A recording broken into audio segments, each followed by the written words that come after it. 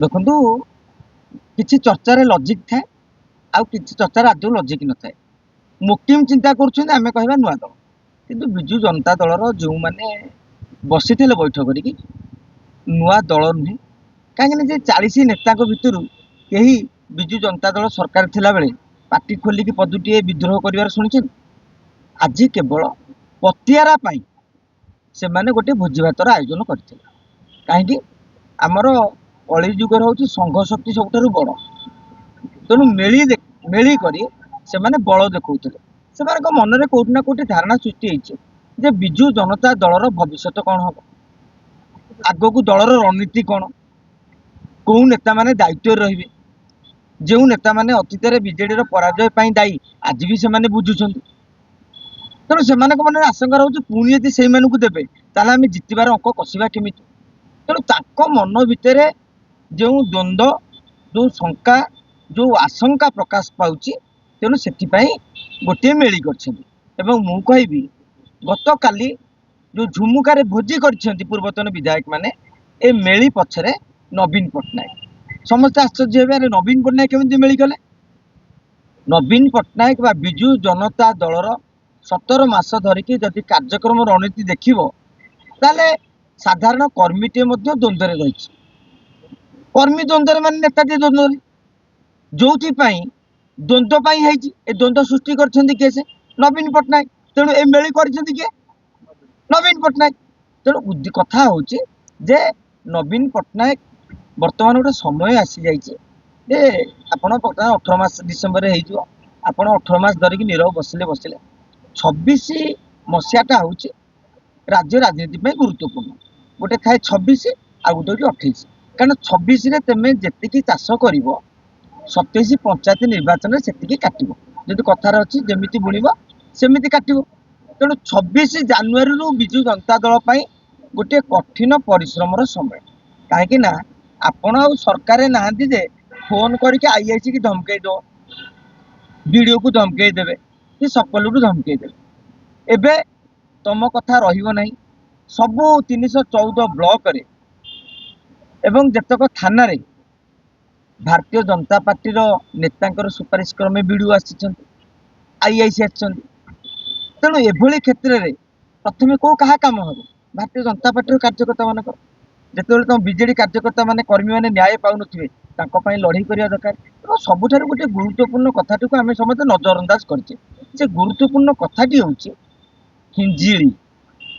ବିରୋଧୀ ଦଳ ନେତା ନବୀନ ପଟ୍ଟନାୟକର ନିର୍ବାଚନ ମଣ୍ଡଳୀ ହେଉଛି ହିଞ୍ଜିଳି। ହିଞ୍ଜିଳି ଆଉ ଶେରଗଡ଼ର ନେତା କର୍ମୀ ମାନେ 2 ଦିନ ଧରି ନବୀନ ନିବାସରେ ବୈଠକ କଲେ। ଆପଣ ଯଦି ପ୍ରେସ୍ ବିବୃତ୍ତିକି ଲକ୍ଷ୍ୟ କରିବେ, ପ୍ରେସ୍ ରିଲିଜ୍ ଦେଖିବେ, ସେଥିରେ କୁହାଗଲା ଯେ ବିଜେଡିର କର୍ମୀମାନଙ୍କ କଥା ରହୁନାହିଁ, ତାଙ୍କ ପ୍ରତି ପକ୍ଷପାତିତା ହେଉଛି, ବିକାଶମୂଳକ କାମ ଆଗେଇ ପାରୁନି, ଥାନାଠୁ ଆରମ୍ଭ କରିକି ବ୍ଲକ ଅଫିସ ଯାଏ ସମାନ ଅବସ୍ଥା। ଏଥିରୁ କ'ଣ ଶିକ୍ଷା ମିଳିଲା? ଯଦି ବିରୋଧୀ ଦଳ ନେତା ନବୀନ ପଟ୍ଟନାୟକର ନିର୍ବାଚନ ମଣ୍ଡଳୀରେ ଏହି ଅବସ୍ଥା, ଆପଣ ଚିନ୍ତା କରନ୍ତୁ ଯେଉଁ ଜାଗାରେ ବିଜେଡି ହାରି ଯାଇଛି ସେଠି କୋଉ ଭଳିଆ ଅବସ୍ଥା ଥିବ। ପୁଣି ନବୀନ ପଟ୍ଟନାୟକଙ୍କ ଇସାରାରେ ଗଞ୍ଜାମ ଚାଲୁଥିଲା। ଏବେ ବି ସେ ଫୋନ୍ କଲେ ଭିଡ଼ିଓ କଥା ଶୁଣିବେ, କିନ୍ତୁ ଯେତେବେଳେ ନବୀନ ପଟ୍ଟନାୟକର ନିର୍ବାଚନ ମଣ୍ଡଳୀରେ ଏଭଳି ସୃଷ୍ଟି ହେଇଛି, ଏଥିରୁ ଭାତ ହାଣ୍ଡିରୁ ଗୋଟିଏ ଚିପିଲା ଭଳି ଆପଣ ସାରା ଓଡ଼ିଶାର କଥା ବି ଚିନ୍ତା କରିପାରିବେ। ଏବଂ ଆଉ ଗୋଟିଏ କଥାକୁ ଆମେ ସ୍ୱୀକାର କରିବାକୁ ପଡ଼ିବ, ବିଜେଡି ନେତାଙ୍କର କଲିଜା ଟିକେ ଦୁର୍ବଳ, ଜନତା ଦଳର ନେତାଙ୍କର କଲିଜା ଭଲ। କାହିଁକି? ଜାନକୀ ବଲ୍ଲଭ ପଟ୍ଟନାୟକଙ୍କ ବିରୋଧରେ ସେମାନେ ଲଢ଼ୁଥିଲେ। ଆପଣ ରାଜା ସ୍ୱାଇଁଙ୍କ କଥା କୁହନ୍ତୁ, ପ୍ରଭାତ ତ୍ରିପାଠୀ କଥା କୁହନ୍ତୁ, ବିଜୟ ମହାପାତ୍ରଙ୍କ କଥା କୁହନ୍ତୁ, ବହୁତ ନେତା, ପ୍ରସନ୍ନ ବହୁ ନେତା ଅଛନ୍ତି, ସେମାନେ ଲଢ଼େଇ କରିକି ନେତା ହେଇଛନ୍ତି। ବିଜୁ ଜନତା ଦଳ 2000 ଜିତିଲା ବେଳେ ଲଢ଼ୁଆ ନେତାମାନେ କିଛି ଥିଲେ। 2009 ପରେ ପରେ ବିଜୁ ଜନତା ଦଳରେ ସେଟିଂ ନେତାମାନେ ସବୁ ଆସିଲେ। କିଏ ବିଜେପିରୁ, କିଏ କଂଗ୍ରେସରୁ କୋଚିଂ ହେଇକି ଆସିଲେ, କିଏ ଚିହ୍ନା ଅଛନ୍ତି, କିଏ କହିଲେ ମୋର ପାଣ୍ଡିଆନ ଚିହ୍ନା, କିଏ କହିଲେ ବବି ଦାସ ଚିହ୍ନା, କିଏ କହିଲେ ପ୍ୟାରିବାବୁ ଚିହ୍ନା, କିଏ କହିଲେ ଆମର କଳ୍ପତରୁ ଦାସ ଚିହ୍ନା। ଯେଉଁମାନେ ସବୁ ଟିକେଟ ବାଣ୍ଟୁଥିଲେ, ଚିହ୍ନା ଚିହ୍ନି ଯେଉଁ ଟିକେଟ ଦେଲେ ସେମାନଙ୍କ କଲିଜା ଦୁକୁ ଦୁକୁ ହବ।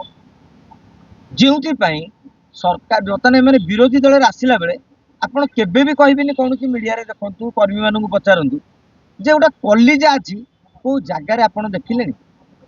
ବିଜେଡିର ବିଧାୟକ ମାନେ ବା ପୂର୍ବତନ ବିଧାୟକ ମାନେ ଗୋଟେ ବ୍ଲକ ଅଫିସରେ ହଙ୍ଗାମା କରିଛନ୍ତି ବିଡିଓ ତାଙ୍କ କଥା ଶୁଣିନି ବୋଲି, ଆଇଆଇସି କଥା ଶୁଣିନାହାନ୍ତି ହଙ୍ଗାମା କରିଛନ୍ତି। ବରଂ ଆପଣ ଦେଖିଲେ ଧର୍ମଶାଳାରେ ବାଡିଆ ଖାଇକି ଆସିକି ଏମାନେ ବସିଲେ ସିପି ଅଫିସରେ ଭୁବନେଶ୍ୱରରେ, ମାନେ ନିଜ ନିର୍ବାଚନ ମଣ୍ଡଳୀରେ ଏମାନେ ହଙ୍ଗାମା କରିପାରୁନାହାନ୍ତି। ତେଣୁ 26 ନିର୍ବାଚନ ପାଇଁ ବିଜୁ ଜନତା ଦଳ ନେତା ମାନେ ପ୍ରସ୍ତୁତି କରିବା ପୂର୍ବରୁ ଏଇ ଯୋଉ ଭୋଜି ଭାତ, ମଟନ ଟିକେ ଖାଇଥିବେ, ପ୍ରନ୍ ଟିକେ ଖାଇଥିବେ, ଚିନ୍ତାରେ ଟିକେ ବାଡେଇଥିବେ, ନାଚ ଗୀତ ଟିକେ କରିଥିବେ, ଯାହା ବି ହଉ ତାଙ୍କ ଖୁସି ବାସି ଆମେ ଯେମିତି କରୁଛୁ ସେ କଲେ କିଛି ଅସୁବିଧା କଥା ନାହିଁ। କିନ୍ତୁ କଲିଜା ଟିକେ ଖାଆନ୍ତୁ, ଯାହାଫଳରେ କଲିଜା ଟିକେ ଟାଣ କରନ୍ତୁ। ଖାଆନ୍ତୁ କହିଥିଲେ ଖାଆନ୍ତୁ ବଦଳରେ ଟାଣ କରନ୍ତୁ। କଲିଜା ଖାଇବା ଅଲଗା, କଲିଜା ଟାଣ କରିବା। ବିଜେଡି ନେତାଙ୍କର କଲିଜା ଯଦି ଟାଣ ହବ, ଆପଣ 26 ଜାନୁଆରୀରୁ ରାଜ୍ୟ ରାଜନୀତିରେ ଗୋଟା ଟକମକ ହେଇକି ରାଜନୀତି ଫୁଟିବ। କିନ୍ତୁ ଇଏ ବର୍ତ୍ତମାନ ଯୋଉ ଢାଞ୍ଚାରେ ଚାଲିଛନ୍ତି, ଆପଣ ଦେଖିବେ ଶୀତ ରାତିରେ କମ୍ବଳ ଘୋଡେଇକି ଶୋଇବା ଭଳି କାମଟି କରୁଛନ୍ତି।